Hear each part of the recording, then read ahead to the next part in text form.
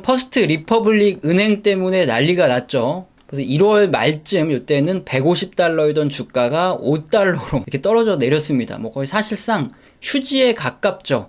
왜 이렇게 은행 주가가 휴지가 됐냐? 고객들 절반 이상이 빠져나갔기 때문인데, 최근 3월에 보면은 퍼스트 리퍼블릭 구제금융으로 각 은행들이 십시일반 모아서 300억 달러를 모았다. 그래서 이걸 예치했기 때문에 다 끝난 줄 알았는데, 요번에 퍼스트 리퍼블릭의 2023년 1분기 재무 보고서가 발표가 됐는데 아주 그냥 기가 막히게 심각합니다. 이게 산송장, 뭐 좀비 은행 이렇게 불릴 만한 이유가 있어요. 그래서 한번 이번 퍼스트 리퍼블릭 1분기 재무제표를 한번 보면 이거 요약된 내용만 봐도 막 답이 나옵니다. 퍼스트 리퍼블릭의 1분기 손익인데 전년 대비로 순이익이 여기 32.9%가 감소를 했어요.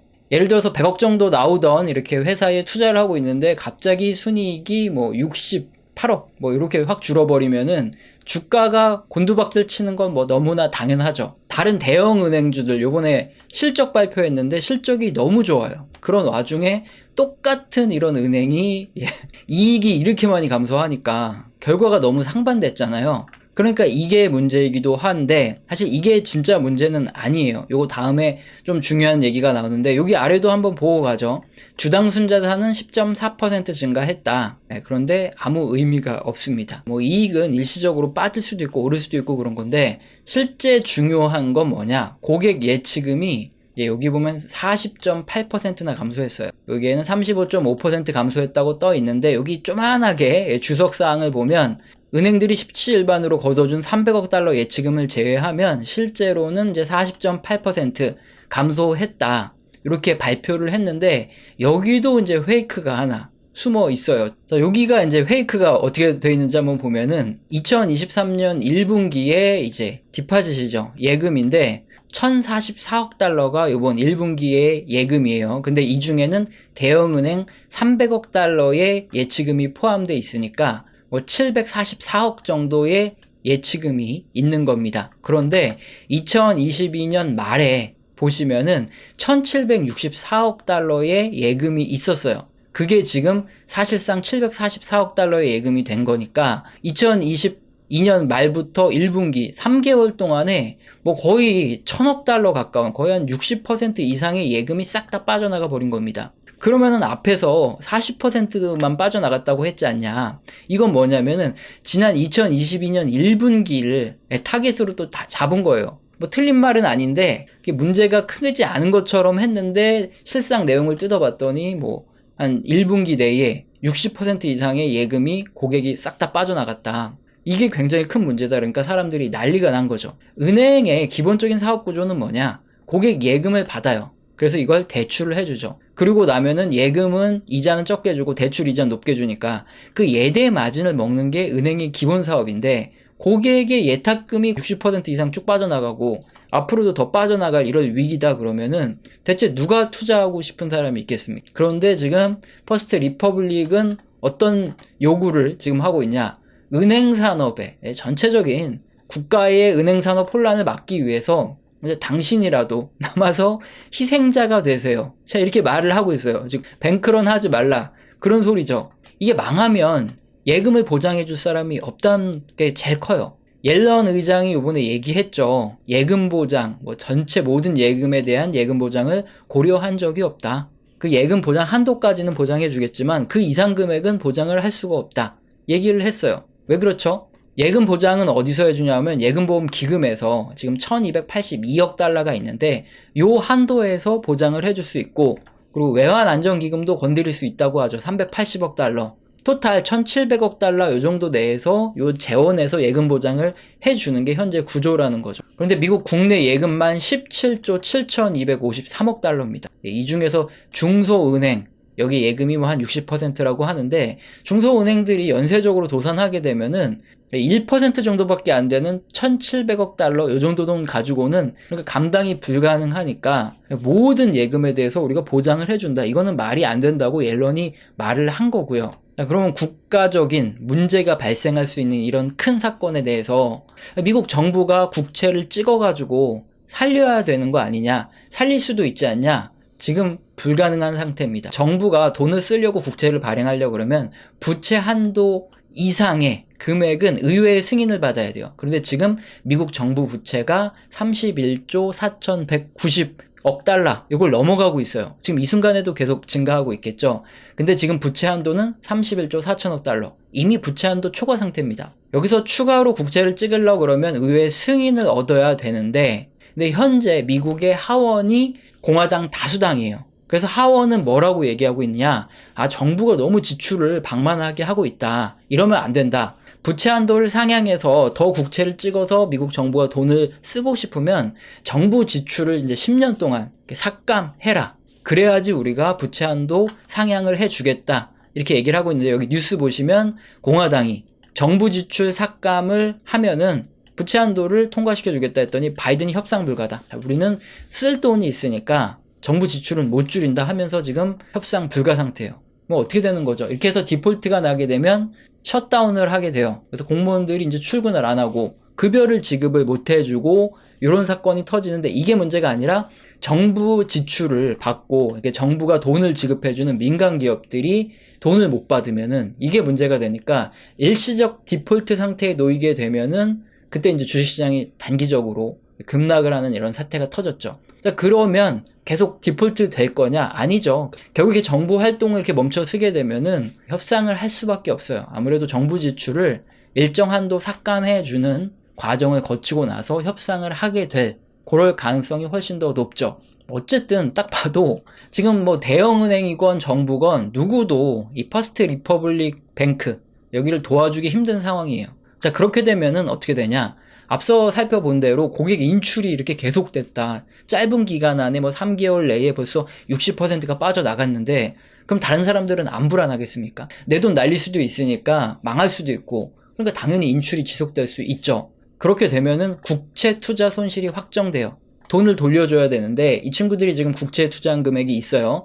그 금액에 대해서 바로 현금화를 해야 되는데 이제 확정 손실로 잡히는 거죠. 뭐 최종 부도 가능성이 높아지게 됩니다. 그러면은 이 은행 말고도 다른 은행들이 연쇄적으로 동일한 문제에 놓이게 될 경우에 굉장히 문제가 커질 수 있는데, 뭐 지난번에도 대충 300억 달러 지원해 주면서 해결이 되지 않았냐 할 수 있는데, 이번에는 해결이 쉽지 않다. 이런 전망이 많죠.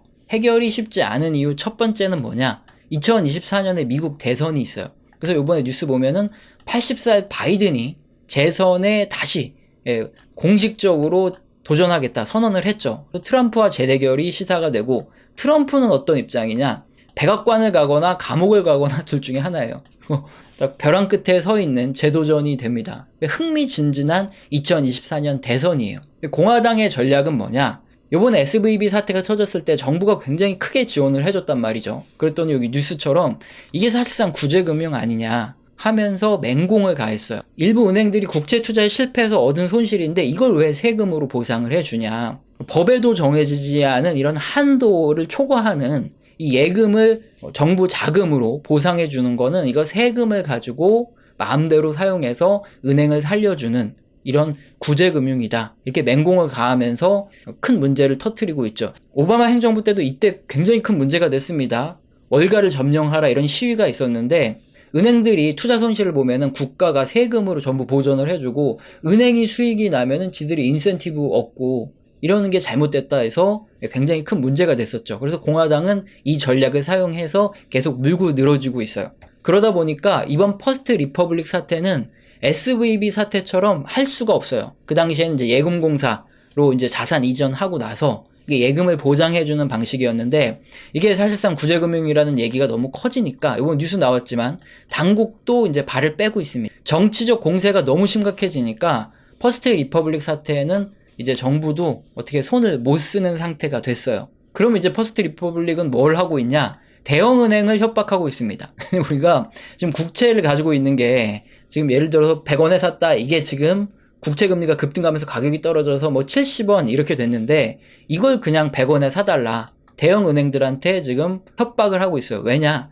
만약에 퍼스트 리퍼블릭 은행이 부도되고 관련된 은행, 중소은행들이 다 부도가 나면 은행 규제가 심각해지고 그러면 비용이 더 들어갈 수 있지 않냐. 그러니까 니네가 우리 좀 살려줘라. 이렇게 협박을 하고 있어요. 물론 이제 민주당 입장에서는 원하는 방향도 그겁니다. 대형은행이 손실 보면서 매수하는 것이 좀 가장 좋은 시나리오가 되겠지만, 문제는 대형은행 주주들이 바보가 아니라는 거예요. 주주의 힘이 굉장히 강한 나라예요. 크레디트 스위스도 이 미국 주주들이 집단 소송을 제기했습니다. 재무 건전성이 문제가 있는데 이걸 왜 숨겼냐? 그리고 SVB 주주들도 집단 소송을 걸었죠. 이게 주주의 힘이 강한 나라에서 만약에 정말로 대형은행들이 이번 퍼스트 리퍼블릭 은행의 이런 자산을 만약에 훨씬 더 시장 가격보다 높게 사줬다 그러면은 집단 소송을 걸게 되고, 만약에 여기서 패하게 되면 이 경영진들이 사비를 털어서라도 돈을 다시 물어내야 되는 이런 사건이 터질 수 있어요.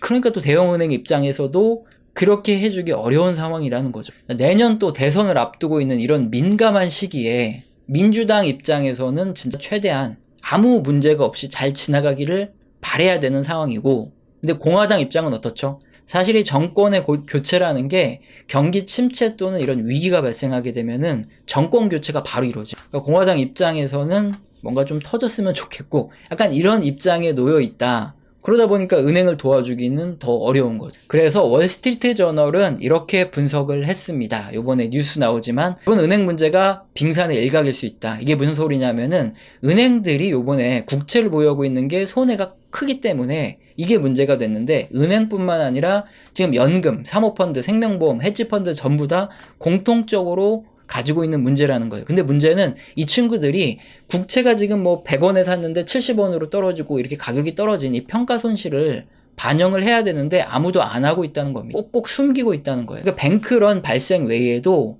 뭐 이런 연금, 사모펀드, 생명보험에서 똑같은 신용경색 문제가 발생을 할 수 있고, 이게 경기 둔화와 침체를 발생시킬 수 있는데, 앞서서 우리가 알아본 것처럼 누군가는 손해를 봐야 되는데 지금 정부도 손해를 볼 수가 없고 정치적으로 너무 심각한 문제가 되어가고 있고, 이게 내년 대선에 영향을 미칠 수 있는 문제이기 때문에 뭐 대형 은행들도 그렇게 했다가는 잘못하면 경영진 모가지가 날아가게 생긴 이런 문제들, 해결하기 힘든 이런 상황에 놓여 있어서 경기 둔화와 침체의 가능성이 커지니까 조심해라, 이렇게 월스트리트 저널에서도 분석을 하고 있다는 거죠. 자, 그런데 이렇게 뭐 경제 상황 보고 경제 지표 보고 지금 그냥 위험한 게 누구나, 뭐 누가 봐도 위험하니까 위험하다고 말을 해주면 어떤 얘기를 듣죠? 여기에서 나왔던 얘기인데, 극단적인 전망은 포르노처럼 잘 팔린다. 그러니까 금융 포르노에 속지 말자. 뭐 이런 얘기를 해요. 한마디로 위험해서 위험하다고 말하면 너는 지금 금융 포르노를 만들고 있다. 자, 이렇게 비하를 한다는 거죠. 그것뿐만 아니죠. 국가부도의 날 유명하죠. 이제 97년에 외환위기가 오면 종합금융사들이 외국인 돈을 이렇게 받아다가 이걸 가지고 대출을 해줬는데 이게 문제가 커질 수밖에 없다 하면서 이제 사표를 내죠. 국가부도의 위기가 올 것 같습니다. 이렇게 얘기를 했더니, 니 같은 애들을 뭐라 그러는지 아나? 업무론자. 똑같습니다. 너무나 위험하기 때문에 위험하다고 말하면 이 업무론자가 되는 거예요. 그것뿐만 아니죠. 그러니까 전문가분들도 내가 뭐 그 정도 경제지표 안 본 줄 아냐. 근데 이런 경제지표랑 아니면 실물 경기 돌아가는 상황이랑 주식시장은 다르다. 주식시장은 선반영 다 했다. 걱정하지 말아라. 자, 이렇게 얘기를 하죠. 그러면서 어떻게 됐죠? 지난 2007년 12월의 뉴스 기사인데, 우리나라 증권사 14곳의 리서치 센터 중에 12곳이 당시 우리나라 코스피가 2000포인트였는데 2400포인트까지 20% 2008년에 더 오른다 하더니 결과는 반토막 이하로 폭락했죠. 다우지수도 마찬가지. 이렇게 반토막 이하로 다 떨어졌어요. 자, 우리가 여기서 뭘 배워야 되죠? 인생은 실전이다라는 거예요. 무슨 금융 포르노니, 무슨 업무론자니, 경제지표는 뭐 그런 건 안 맞는다 이런 말이니, 뭐 이런 건 다 좋은데, 우리가 사는 인생은 실전이에요. 잘못해가지고 위험할 때 투자해서 돈을 잃어버리면 이제 기회조차 없습니다. 뭐 인생 자체가 끝나는 거예요. 그래서 조심할 때는 또 조심을 해야 되는 게 맞다는 거죠. 이렇게 쉬지 않고 자꾸 여기저기서 어떤 문제가 터지는 이유를 한번 생각해보면 답이 나와요. 지금은 어떤 시기입니까? 금리가 높게 올라가고 대부분 경제지표에서 경기 둔화라고 말하는, 정점을 지나서 둔화 추세라고 말해주고 있는 이런 시점이에요. 자, 그러면 경기는 순환하다 보니까 잘못하면 이런 침체, 하강이 올 수 있다는 거죠. 확률이 점점 높아지고 있다. 그러면 당연히 조심을 하고, 우리는 이런 하강이 왔다. 그럼 다시 회복 영역 들어가는 거 보고 그때 투자해도 충분하다. 계속 말씀을 드리고 있는 겁니다. 뭐 단기 트레이딩 잘 하시는 분들은 단기 트레이딩 하시면 되고, 중장기로 투자하는 분들은 조심할 땐 또 조심해야 다음 기회를 잡을 수 있다는 거죠. 우리 채널에서는 영상 시청하시고 후원 주시는 감사하신 분들이 계십니다. 제가 말로만 때우지 않죠. 리액션 제대로 합니다. 한 달 교육을 진행해드리고 매주 진행하고 있어요. 여기서는 거시경제의 사이클뿐만 아니라 산업의 사이클, 거기에 속한 기업, 종목들에 대한 이야기도 나오겠죠. 영상 하단에 설명란 꼭 읽어보시고 해당된다 하시면은 꼭 메일 보내주시길 바랍니다. 오늘 영상도 마음에 드셨다면 구독과 좋아요는 꼭 눌러주시고 지속적인 시청 부탁드립니다. 감사합니다.